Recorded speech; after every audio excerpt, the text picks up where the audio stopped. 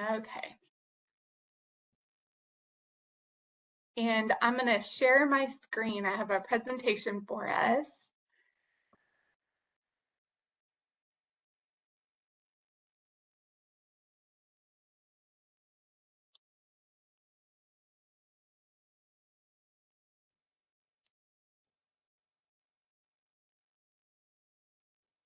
Okay, so does everyone see that back to school book auditing? Yeah, okay, great.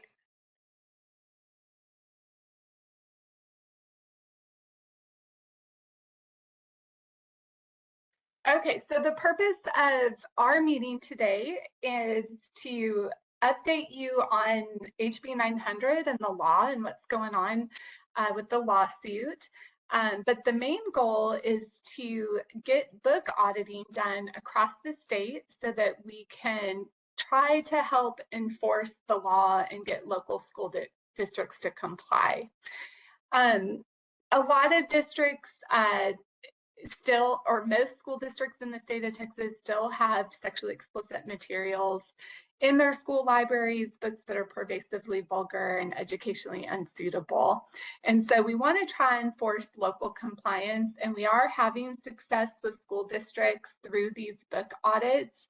But I would also say that we are also getting a lot of pushback in districts who will not comply with the law. And if that's the case, there's another purpose to what we're doing, and that's to gather data. And so we're gathering data through these book audits that will help us with the legislative session and for enforcement and improving the laws that we have on the books now. So let's go ahead and get started. So part one, I'm going to go over the Reader Act and update you on the lawsuit. And so what the Reader Act did is it mandated collection and development standards for school libraries for the first time in the state of Texas. Prior to the law, we did not have any collection and development standards for school libraries. And so that's a really big deal, and it sets a really important precedent. Especially through lawsuits and challenges, to the law. It's just amazing to have a precedent now where we can mandate these collection and development standards. Prior to the Reader Act, these libraries, school libraries, were looked at as places of independent inquiry, and they were really lacking any sort of standards for collection and development. There were guidelines in the state of Texas for school library collection and development, but we did not have any standards. So the other thing that it did is it created regulations. And so that was through vendor labeling and recalls. And so there's two parts of Texas Education Code that were amended in order to do that. Chapter 33 of Texas Education Code is where you can find the standards, and then Chapter 35 is where you can find definitions and all of those new regulations. And so I'm also going to give you an update on the lawsuit. So we'll go into the next page for that. So the Reader Act lawsuit, you can find it by looking at Book People Inc. versus Wong. It is in Judge Alan D. Albright's court of the U.S. District Court for the Western District of Texas, which is down in Austin. It's a very liberal court, and he is very unlikely to side on our side with us on this, and he has not so far. So one of the first things he did was enjoin the vendor. Well, he enjoined it. He enjoined it or blocked it. And so that was challenged to the Fifth Circuit. And in January of 2024, the Fifth Circuit Court of Appeals upheld the lower court's preliminary injunction on the vendoring, labeling, and recall of sexually explicit materials. So Chapter 35, the part that created those regulations where the vendor labeling and recall of the sexually explicit materials are, that's the part of the law that has been blocked. The standards have been upheld. So the standards are in full force and effect, and it's up to your local school district and the TEA to now enforce while the lawsuit is being heard in the lower courts. So I won't go into too much detail on this, but there was an en banc that was requested. An en banc determination is where the whole Fifth Circuit Court of Appeals looks at it and reconsiders the 3-panel ruling, and the one that came out in January. That, by the way, was a 3-person panel of judges, and it was not unanimous. So there were 2 that voted to enjoin, and there was 1 who disagreed with that decision. And so that en banc was requested, and the en banc was denied in April of 2024. And this was interesting too, because it was denied to be reheard, just the part that blocked the vendor enforcement. It was denied in an 8-9 decision. And what was unusual and really neat, actually, was there's a dissenting opinion that was written by Judge Ho and joined by Judges Jones, Smith, Duncan, and Engelhardt on the en banc. And so they do not agree with enjoining the reasons to enjoin this, or they do not agree with that decision at all. And so this gave us a lot of, I think, hope for the future. And when it does eventually get to the Supreme Court, that we have a chance of the law being upheld, or the mandate, not the man, I'm sorry, the enforcement mechanism in the law. So there was not an interlocutory appeal that was filed, because you can actually appeal these decisions by the Fifth Circuit all the way to the Supreme Court, but it was not the appropriate time to do that, and so that was not filed. And so now it's just back in the lower courts, and it can be challenged up to the Supreme Court in the future. And I only mentioned that because there was some confusion on that over the summer. There was some celebration by some people on the left who oppose, you know, what we're doing with book boundaries in schools. And so they thought this was a big win and were celebrating it, and thought that it was a done deal. And it's not. This is all preliminary as it makes its way through the courts, and it'll take a couple of years to do that. Okay.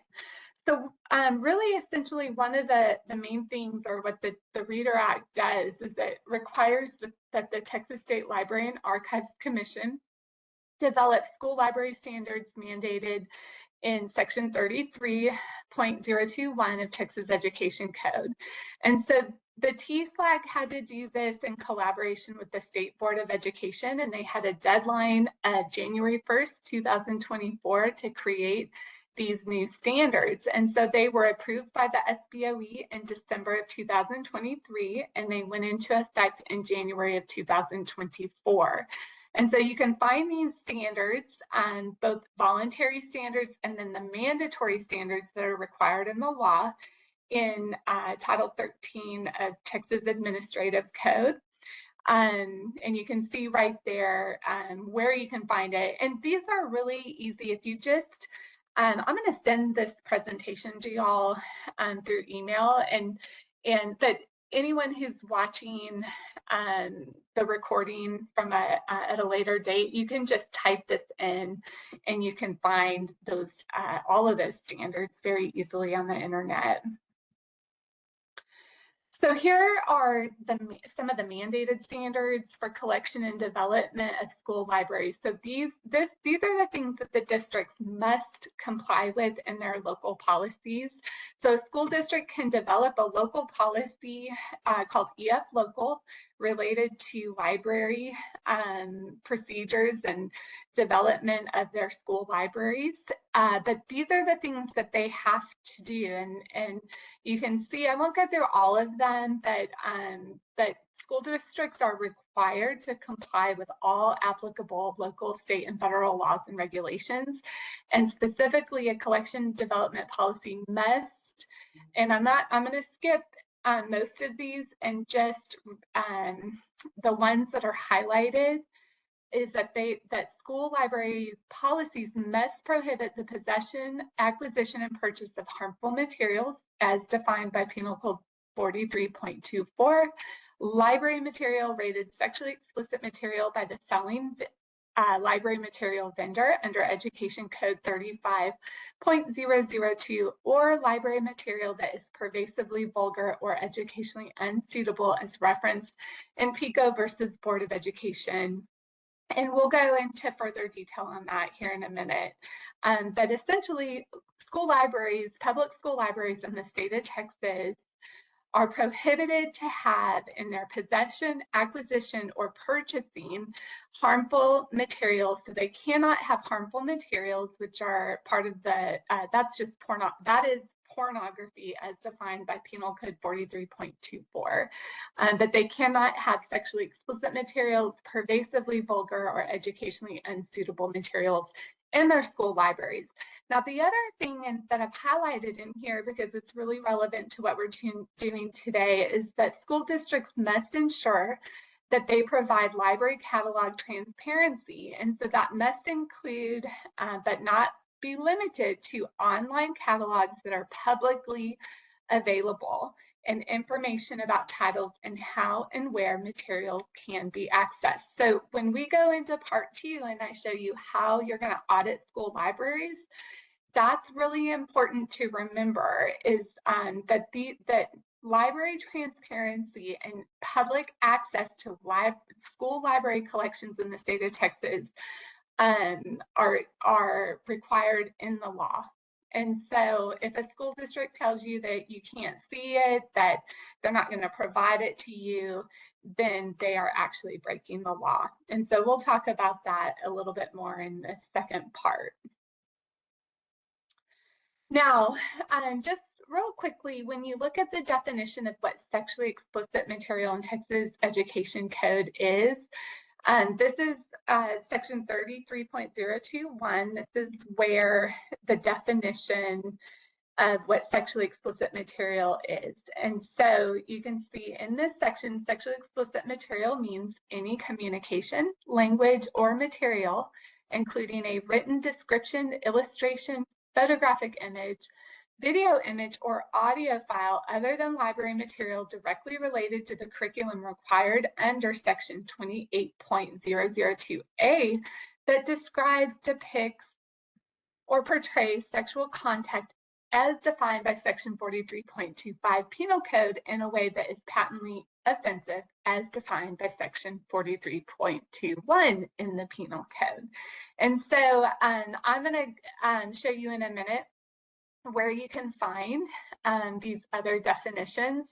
So one of the things that when the law was being written is that they were creating really new definitions and wanted to use legal definitions that were already within the law. And so that was the goal of that.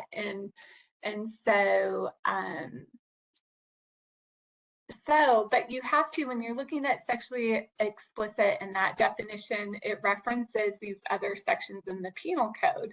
And so you can find these in the Penal Code section 43.25, what sexual contact means. And so if a book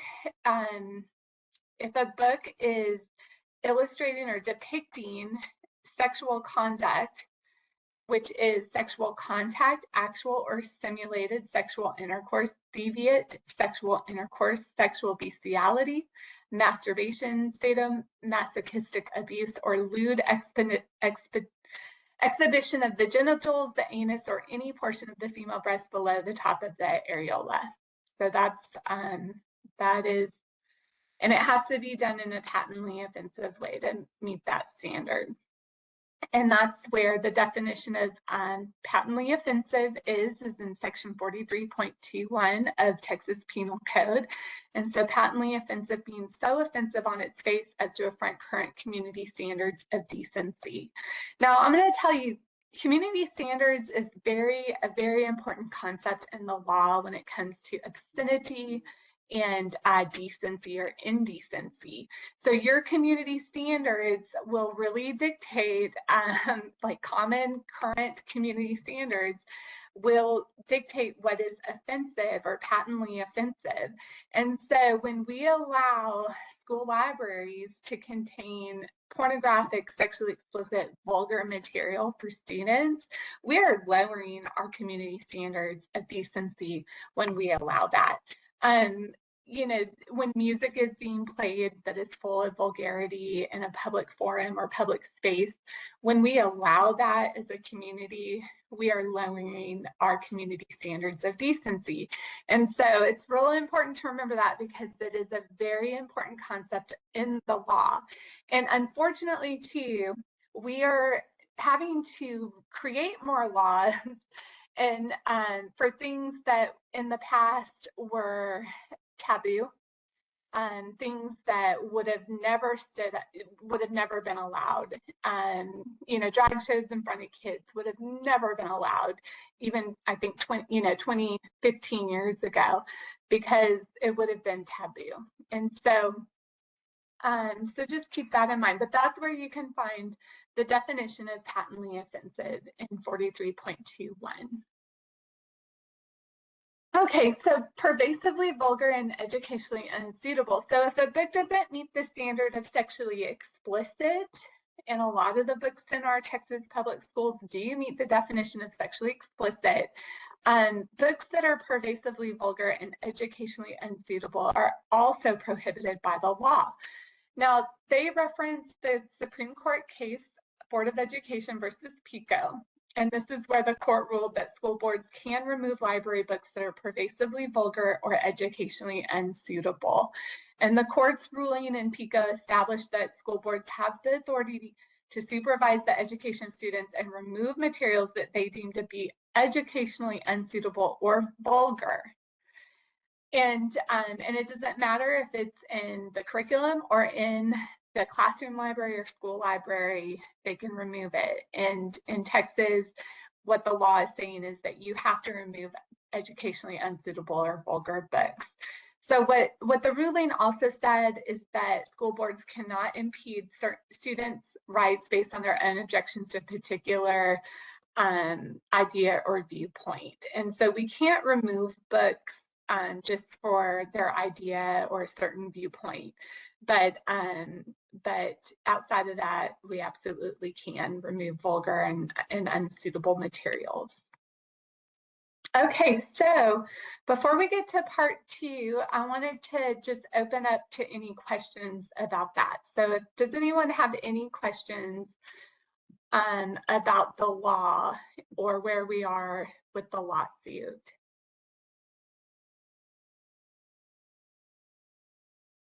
Okay, all right, good. Well, if you have a question and want to put it in the chat, or if you want to email it to me later, think of something, please feel free to do that. But we'll go ahead and get into part 2 on how to audit school libraries and then an action plan. Now, I just want to remind you, even though it was just a few minutes ago, that we get to, we have in the law protection for the public to ensure or to audit school libraries for their content, and that your school board must ensure that schools provide library catalog transparency, including but not limited to online catalogs that are publicly available and information about titles and how and where material can be accessed. So that means that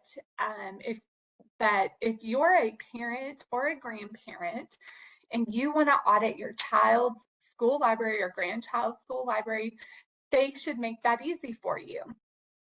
Now, that also means that if you're a citizen in a community, a taxpayer, you get to audit school libraries, and they have to ensure transparency. So any school board or anyone who is telling you, well, you don't have a child in the school, you don't have a right to the library content, well, Texas law says otherwise. And so do not let that stop you from auditing school libraries, and then point them to Title 13 in Texas Administrative Code and remind them that they need to follow the law. So how to audit. Oh, I'm going to go back. I jumped a little bit ahead. Okay, so it is not hard to audit school libraries.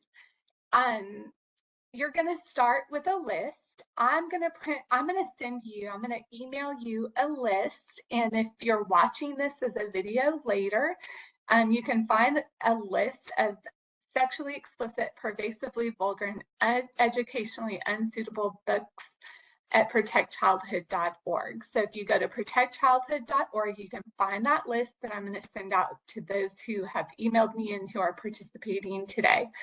So I'm going to email that list. You're going to start with a list. Now, I'm going to give you a warning about lists. We are always adding to lists. That's the problem. That's the problem with lists, and it's just the problem with how prolific this issue, this problem with sexually explicit and unsuitable books in our school libraries being marketed to kids in stores is that we just are always adding to them. But it's a place to start. The list that I'm going to send you has about 400 books on it. All of the books that are on that list will have a link to where you can find a book report, or almost all of them. There may be a few on there where there's not a book report available. We'll talk about where you can find more information on content in a few minutes. But that list is going to show you where you can find, for at least most of them, a book report. And typically they're at booklooks.org, but there's some other book report websites out there as well. So if you're auditing independently, then I recommend that you print out the list and you just go through it. It's in alphabetical order by author. And so you're going to just go through it, definitely print it. It'll make taking notes a lot easier. If you're auditing as a group, then break up your list by author and assign pages. But assign it by author, because sometimes one author will go to the next page. And so just be mindful of that. If you're auditing as a group, like we've had a lot of, we've had women's Republican clubs, we've had church groups, we've had just a lot of different groups form maybe 5 people who are auditing, and it goes by really quickly. If you have a group, you can do it really usually within a couple of hours. You can audit a high school. Now, you're going to find your local school district at www.gofollet.com. So I'm going to show you that website in just a minute. That's going to be your first stop. You're going to go to gofollet.com. It's a library management system online that most of our Texas school libraries use. And so most likely you're going to be able to find your school library on gofollet.com. If you can't find it on there, then you can go to your ISD website and search there. They usually have a search window where you can put in library. And some school districts don't use GoFollet, but they have another online management system, and you can find it usually on their ISD website.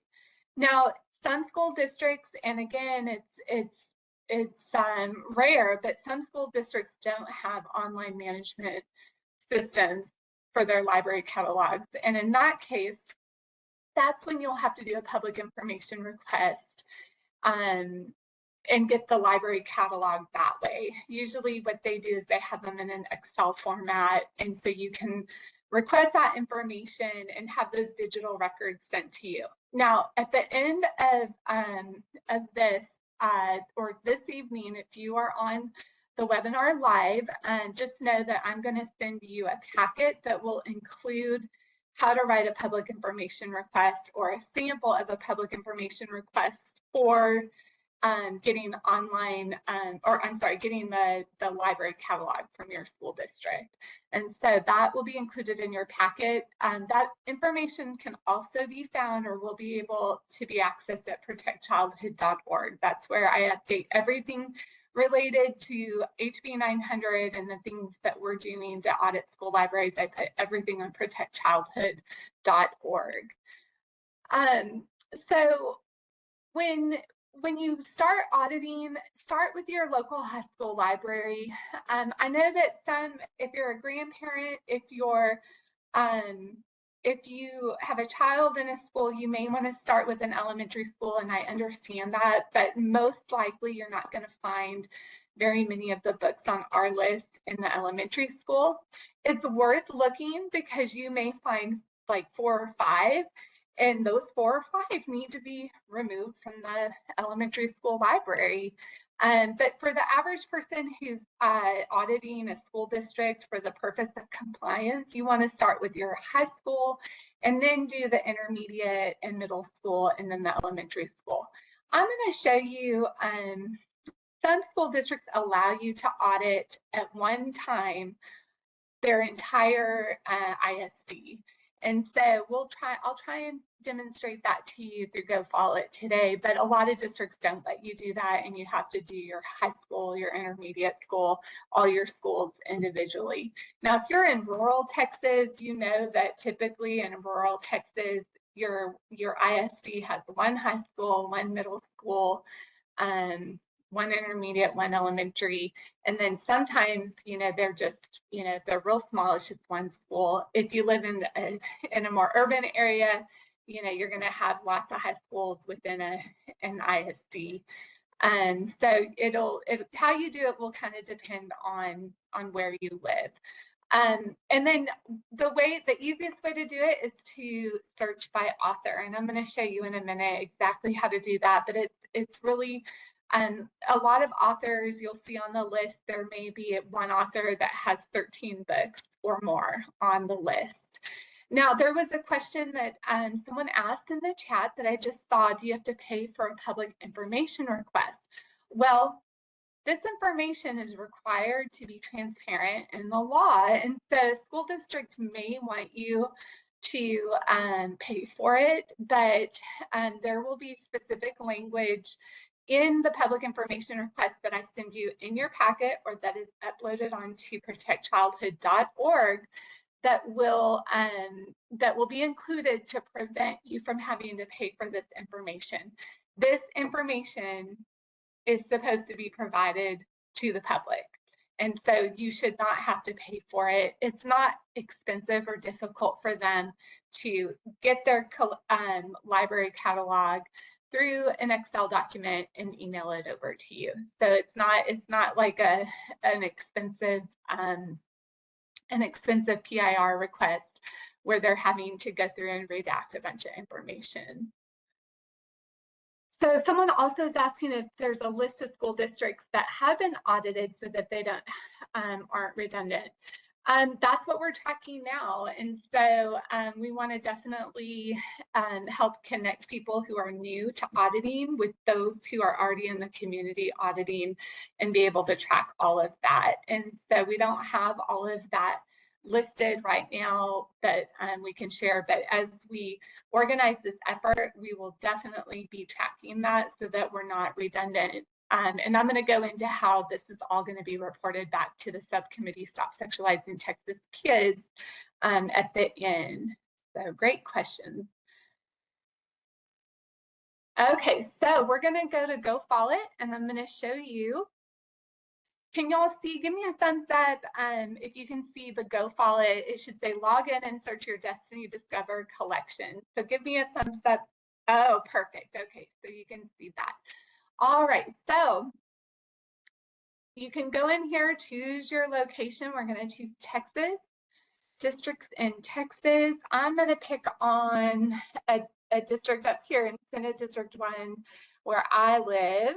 So let's go to Longview ISD. All right, so we've got Longview ISD. And then what schools do we have? Well, we've got Longview High School. So we'll go to Longview High School. Oh, let me show you this real quick, because this is a little trick when you start auditing. You'll learn this on your own, but I can prevent this frustration for you. So don't click on Longview ISD on this menu. It will not work. It'll make it look like there aren't any books, and you just won't be able to do it that way. So you have to click on a specific school site. And you can see some of the different schools here. There are more than one elementary school in Longview, but there's only one high school, and we're going to start with that. So we'll click on Longview High School.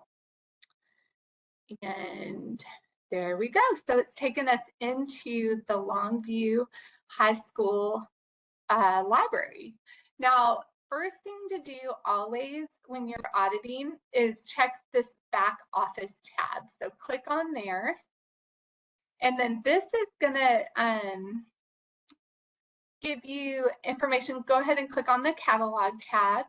Now, this is where you're going to be able to find out if you can audit the entire ISD at once, or if you have to do it by school site. And so what you do is you look at location, and it looks like they are going to let us do all of Longview ISD. And so I'm going to click on Longview ISD for our search. That's great. I didn't realize that Longview ISD did that, so I got lucky with that one. So I'm going to look for, again, we're doing it by author. So I'm going to choose an author that we see typically in a lot of Texas schools. So let's start with Colleen Hoover. So I'm going to put in the last name and the first name. And always check your spelling, because you wouldn't believe how many times you don't have the right spelling and nothing will come up. Then I'm going to click on author. Okay, and you can see there are two books. Now, ignore this 0 of 1 available locally. And this does not mean that the books are not there or no offsite copies. But just click on that, and it's going to tell you where the book is. And so I would have assumed that it was in the high school, but you can see right there, and that's where it is. So copies at Longview High School. And it looks like it probably does say it's not there right now, or no on-site copies, because it's been checked out. So it ends with us is sexually explicit. Colleen Hoover books are adult books that contain a lot of erotica, and it is checked out and due back the 19th. So you can actually get information about it there. So click back to get back to your search results. You would click on that tab, search results. And then let's go ahead and look at this one too, Verity, another Colleen Hoover book. So 0 of 1 available locally. So let's check on that. So it means that it's checked out. Most likely it is. It's due on September 9th. So you can see that one's at Longview High School. So I'm going to go back to search results again, and then back to library search. And then I'm going to do another one since we're on here. I'm going to look for, let's see, Hopkins Ellen. That's another one that we see a lot of. And so, oh, see, I misspelled. So correct that, and then go ahead and click on author. Okay, and you can see now Ellen Hopkins has written some books, I guess, unless this is a different Ellen Hopkins, that are not explicit. And so your list will show the titles that we know contain content that is sexually explicit, pervasively vulgar, educationally unsuitable. And Ellen Hopkins books are, they're horrible. So let's look at this one, Crank. We can look there and see, so it is at the Longview High School. Ellen Hopkins books, sometimes we do find them in middle schools. And so it's just, let's see what this one says. Okay. All right. I'm going to show you real quick too. We'll go back to the library search. You can do keyword searches if you want to go beyond our list and do keyword searches. and kind of investigate. You can put things like specs in there to do a keyword search and see what kind of books come up. And, you know, not every single book that comes up under a keyword search would be meeting that standard or be inappropriate for schools. But that's how we had to do it before we had any lists. When I first started auditing 3 years ago, we did a lot of keyword searches to find inappropriate books. And then of course you can also search by title. Oh, let me go back there. So you can search by title. There's a book that they used to have, I'm assuming they still have it, called Goblin Slayer. That's just a terrible, terrible book. And they still have it in their library in Longview. And so there you can see Longview High School Goblin Slayer. So that is how easy it is. If they have their catalog on GoFollet, it is that simple to do your auditing. And I would say that, you know, when you have a list of, you know, if you're using our list, you'll have a list of about 400 books. And it just depends on your school district how many you're going to find. I have been shocked by some of the books that I found in some of our rural school districts. Some of the worst content are found in our rural school districts. And so you can't assume just because you're in a rural school district that you're not going to find a lot of books, or that you're not going to find some really explicit or pornographic ones. So hopefully not, but we find them in all over the state. It doesn't matter if it's rural, suburban, or urban.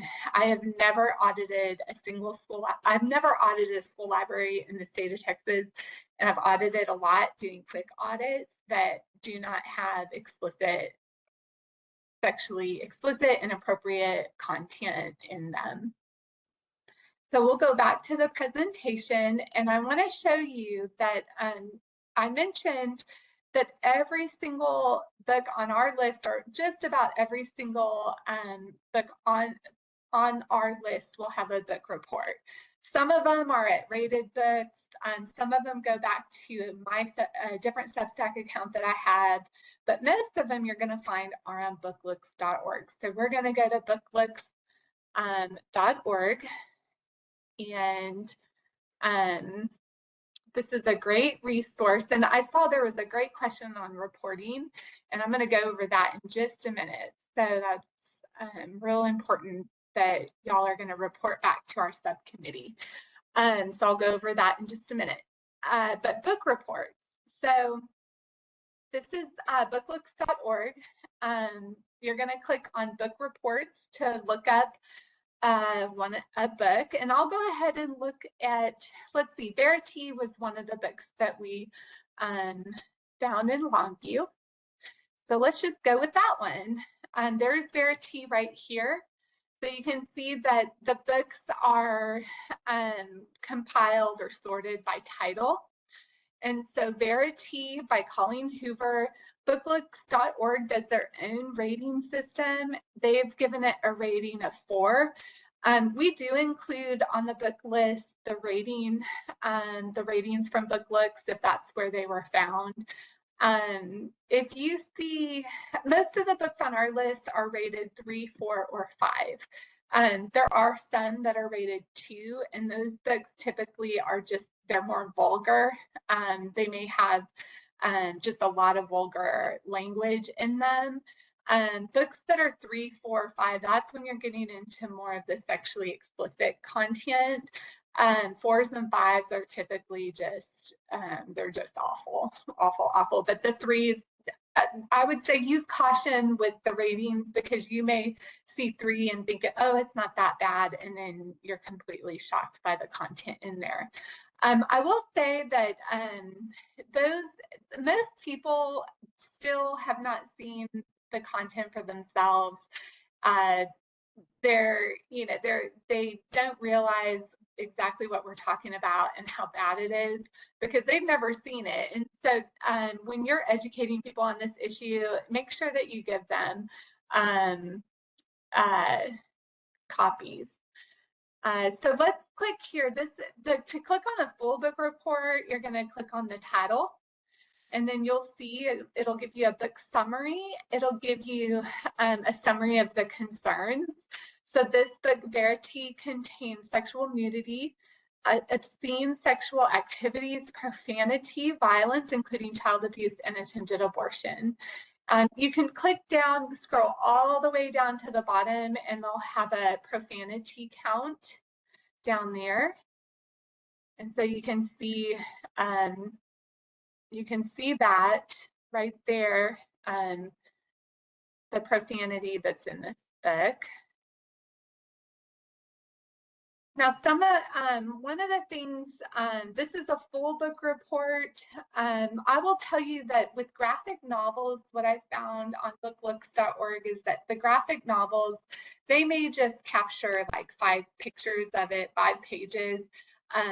Books like Let's Talk About It are, I think, a great example of this, where it's not just limited to those 5 pictures that they put in the book report. I mean, it is full of terrible cartoon porn and graphic content, and that's when you have to just get the digital copy of it or buy the copy of it to really be able to see the full content. But BookLooks does a great job of creating these reports, and it's such a useful tool. It's amazing what they've been able to provide. So over here, you can see that there are slick sheets on here. And so this is just a condensed book report. It's a one-page book report. And if you want to get content in front of someone real quickly, then these can be very useful. And so you can read some of that. I won't read it out loud. This content is so indecent. If I were to read it at a school board where they were broadcasting it, they would cut my mic. I would not be able to read this content on American airwaves, and that's because it would be against the law for the station to broadcast that content. They could be fined for it. They could go to jail for it, because our federal laws recognize that this kind of content is indecent. That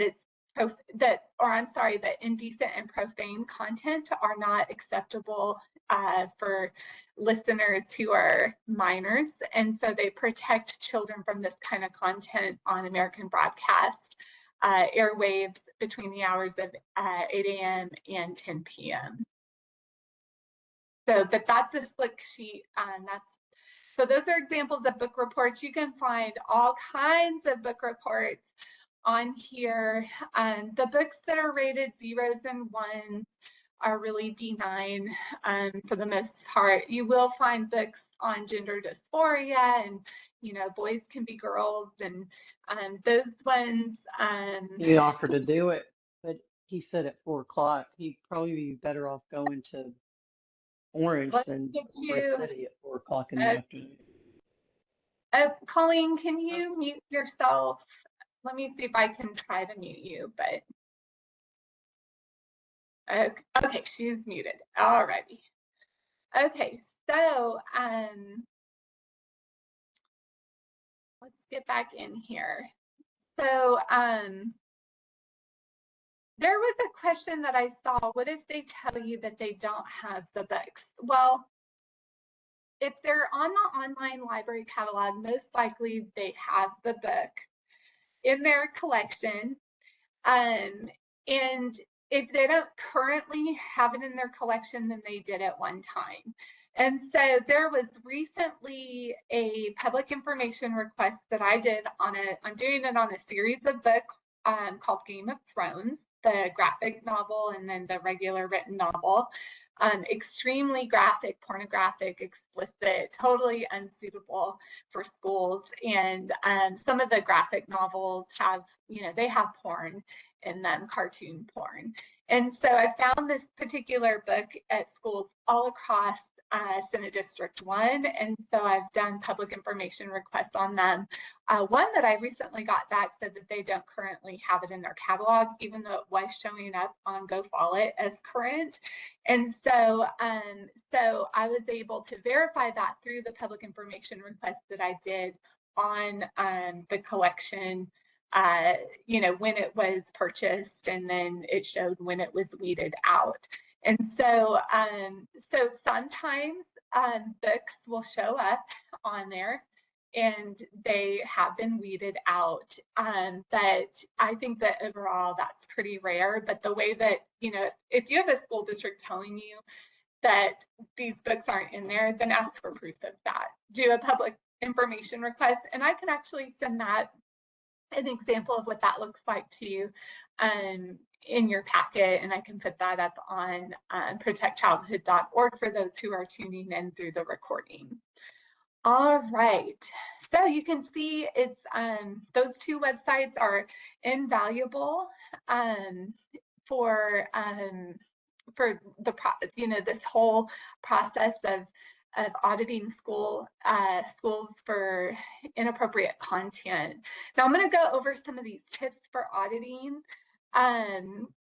So what do you do if a school district does not use an online management system or it's password protected? Because some will have a password protection.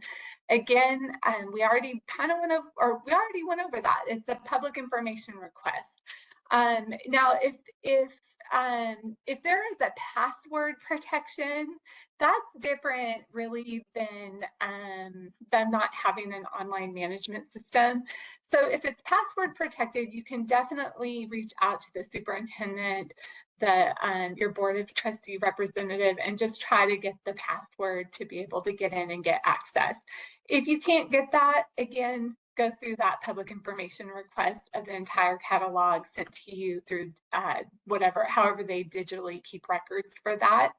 And definitely get your SBOE representative involved. I'm going to talk about that more in a little bit. Always check for misspellings. Y'all saw me while I was typing that I misspelled an author's name, and that will absolutely affect your results of your audit if you're misspelling anything. I already warned you that we're always adding to our list. So I do encourage you, once you get through the list, don't stop with that. Check in with me, check in with on the website for protectchildhood.org. This whole activist of networks network of activists that you'll get to know, find out if they've added to their list, and then do your keyword searches. One thing that you'll find is that you may put in an author's name like Jennifer Armentrout. That's one that comes to mind. I know way too many authors of filthy books. It's all kind of filed away in my brain, unfortunately. So, but Jennifer Armentrout is one that comes to mind.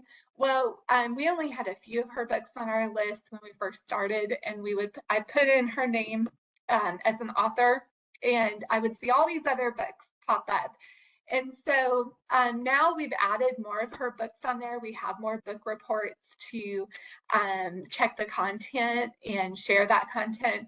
And so one of the things that I recommend is that if you do put in an author's name and the book that's on the list is not in there, but another one is, take a note of the name of that book, and then you can go to the Libby app.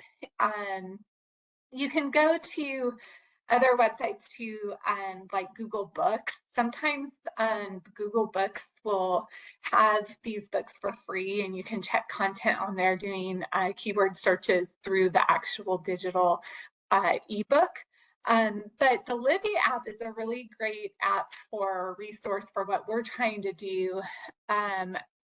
And what it does is it's like a Kindle, but it's connected through your public library. And so if you have a public library card, then you can access the Libby app to check out ebooks from all over the world. And so most of the books, that you find that we may not have content for, you might be able to find content on it using that Libby app. So, and if you're interested in creating content, book reports, we need people to do that so that we can add to our list and identify more unsuitable content. And so if that's something you're interested in, please let me know. Now, the reporting and the plan of action. So, what do you do after you audit? Well, you're going to share that information right away with your superintendent, and you can choose to share it with your school board at that time, or just start with your local superintendent. And some of that might depend on relationships that you have, and you know, how you decide you want to proceed. When you share the list, choose some of the worst content.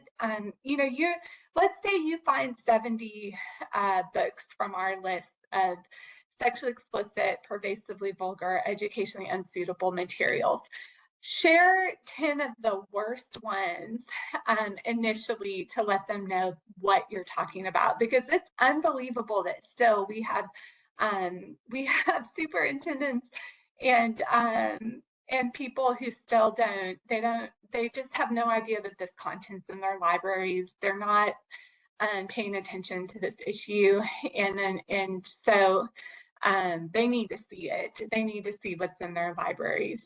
So share that at the time. Ask for the books to be removed. Let them know that they are not compliant with Texas law when they have books like that in their schools. The intent of the law was always to get books removed that are sexually explicit, pervasively vulgar, and educationally unsuitable. Those pervasively vulgar books were going to be recalled. That was the intent of the law. They are prohibited from schools, and so you should not have to challenge and go through a challenge process in order to get books that are prohibited by the law out. The onus of responsibility is on the school district. They're the ones that should be doing it. Now, I'm going to talk about what to do if they aren't taking that responsibility and removing books that are pervasively vulgar, educationally unsuitable, and sexually explicit out of the school library. But I want you to know that there are school districts who, through this auditing process and through meeting with them, that they have removed all the books on the list that has been audited. And so I don't recommend going to your school board your superintendent or whoever that contact is, whether you know, start with the superintendent and the school board. I don't recommend that you go out with the hammer and angrily you know, approach them. I would approach them more from the point of, we are helping. These books are not allowed in Texas school libraries, and we've been able to audit, and we want to help get them removed. Now, give them 30 days at the most to remove the books. And after 30 days, that's when, if you want to start bringing out more of the hammer, then I think 30 days is enough of a period of time for them to get inappropriate content out of their schools that's no longer legal to be there in the first place. 30 days is all that it should take. It shouldn't even take that long, but I think 30 days is reasonable. If you want to give them 2 weeks, that's up to you. If you want to give them 5 days, that's up to you. But don't give them more than 30 days. 30 days is absolutely long enough. And at that point, if you have only gone to your superintendent, at that point, that's when you need to go to your school board. That's when you need to try to get them again to just remove the books. If they refuse to remove books and they tell you you have to go through the grievance process, then go ahead and use their local procedure and go file grievances. You can also try to file a complaint directly with the TEA, and that you do at the TEA's website. Now, Commissioner Morath has made it clear that he will tell you to go through the local process. He'll ask you if you've gone through the local process. I don't see anywhere in the law where when a school district is breaking the law that you can't go directly to the TEA, but that is what he has communicated publicly that he's going to do. Now, we need people to file grievances. We need people to file complaints directly to the TEA. We have people who already have. In fact, one of the members of the subcommittee for Stop Sexualizing Texas Kids, she filed a grievance in 2023, spring of 2023. And it is now going to the TEA because she's had to file a level 1, a level 2, level 3, and now it's at a level 4 grievance going to the TEA. That grievance process will not be completed until the middle of the next legislative session, 2 years later, 2 years later. And so we are going to demonstrate how broken the grievance process is, how broken Texas public schools are in following the law. We are going to be able to demonstrate that the same people who break the law are the ones who are first responsible for administering justice. And it takes years to go through that process. And in the meantime, in this case, we have kids being exposed to inappropriate, pornographic, explicit, vulgar content when it is out of compliance with the law. And so that's why this is so important, what you're doing. We're going to go into that a little bit more in a minute. Now, someone asked, what are the different levels of grievances? Well, you go before your school board, and they have typically 4 levels of grievances, and so where you can challenge the decision. It's like an appeals. And so each single level grievance is an appeal of the decision. And so we want you to continue to appeal the decision. If it was a bad decision to keep a book that's explicit, that's illegal for them to keep, we want you to continue to pursue that and file those grievances. And we want you to share that information with us. So you're going to report your findings from the first moment that you do your auditing. We have a way for you to report it back to us, to the Stop Sexualizing Texas Kids subcommittee using our Google form.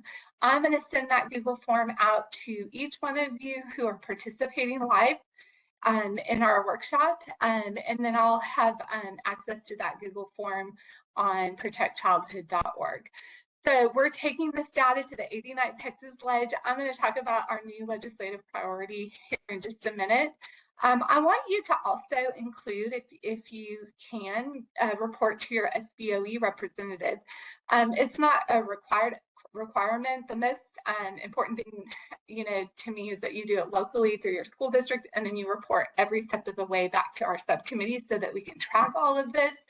But I do believe that our SBOE needs to be included in this. There's a lot that they've been involved in with creating or approving those TSAC standards, creating the Texas Administrative Code. And so we want to make sure that they understand that school districts are not complying with the law. Build community support around this issue. If you have a school district that is working with you, that's wonderful, and that's what I hope for all of you on this call. I hope that you are able to get books out, and that you have a school district that sees your help as valuable, and that they will respond not in a way where they are being on the defensive or with a lack of information, but that they have not just the moral courage, but the also understanding of the law, that they're going to do the right thing and get these books removed. But if they don't, know that you have a bigger purpose than this. And part of that, though, in building support is going to be building that community support around you. So go to your county GOP, talk to your pastor at your church, do town hall meetings, contact the media in your town, do Filthy Book campaign. That can be incredibly effective. Now, I saw a question come up in the chat. If whoever wrote that could just put it back in there really quick, that would be great. So all of this information, it is going to be used in the 89th Texas Ledge. I don't think I introduced myself at the beginning of the video, but I lead the priority for Stop Sexualizing Texas Kids for the Texas GOP. My name's Kristen Bentley, and it's an honor to lead this priority for a second session. We achieved a lot in the last session. We had 5 bills in total passed that our subcommittee endorsed, and this is the priority language we have for this next session in the 89th. And so you can find it on texasgop.org. You can find all the language, but a lot of what we're trying to do in this next session really deals with enforcement. Enforcement in our penal codes, enforcement in our schools of Texas Education Code. And so everything that we're doing with these book auditing, with the book auditing locally, and all that information that we're going to gather is going to be so helpful in informing our legislature to create new solutions that are really silver bullets. One of the things that I want to address really quickly is that some of the books that you're going to find on your list, some of the books that are on that have the book reports, you're going to see there is actual porn, cartoon porn mostly, but there is porn in these books. And so it is unfortunately legal to sell books like this to kids, to distribute them to kids, to provide them in school libraries or public libraries, because there are loopholes in the definition of what harmful materials is. 43.24 in our penal code for harmful materials contains several loopholes. One of the objectives of this session is to remove those loopholes so that it is actually criminal to provide pornography, a little bit of pornography in a bigger book that for which its theme is not pornographic as a whole.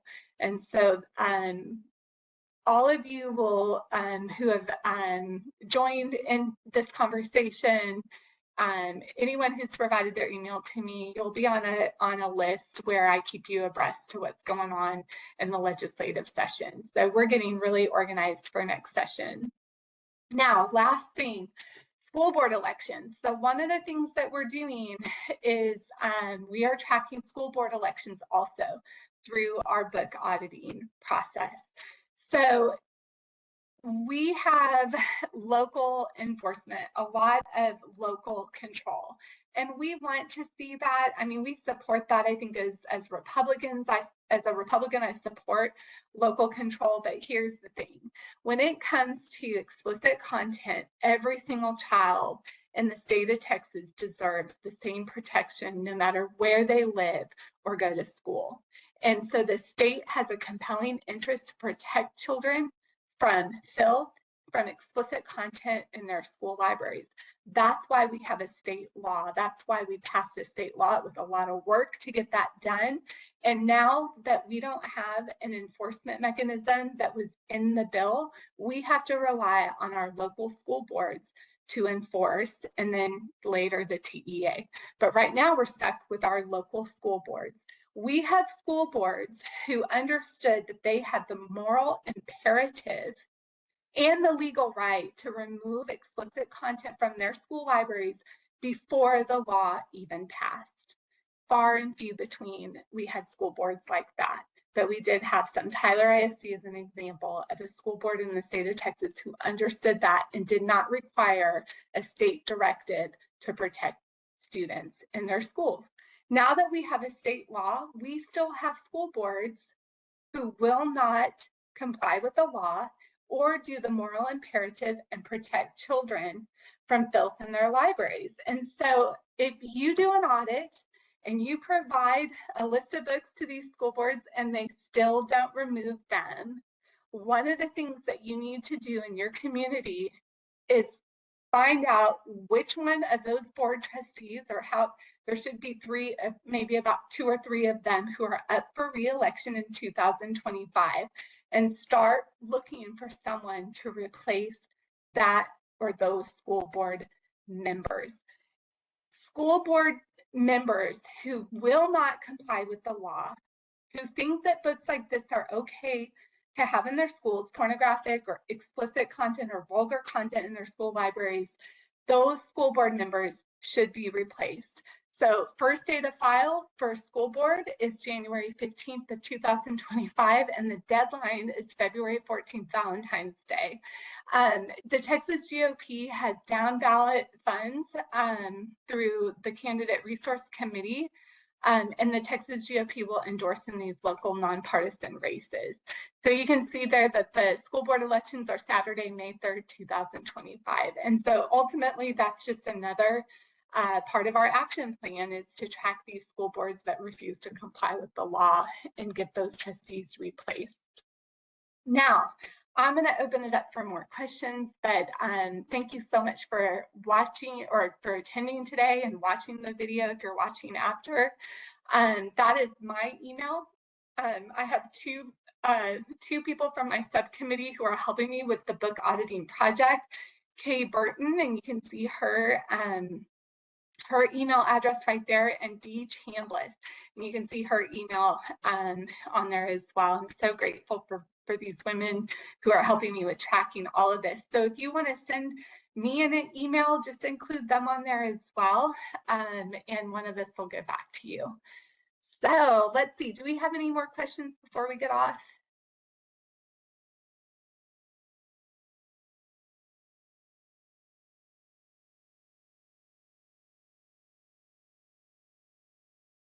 I'm gonna go ahead and stop recording. It doesn't look like we have any questions. A lot of people are just saying they're ready to get to work, which is music to my ears. So blessings to all of you who are working on this. Thank you so much for your perseverance through disappointing outcomes in the lawsuit at times. And it's just, it means the world to me that we still have people who are fighting this, who started years ago. And then we have so many new people who are joining in, who are starting to get involved on this issue or in this issue. So thank you for being here today, and let me know if you need anything. We're gonna meet up too, by the way. We will meet up, and so anyone who was on today, we will definitely let you know when we're going to meet up again.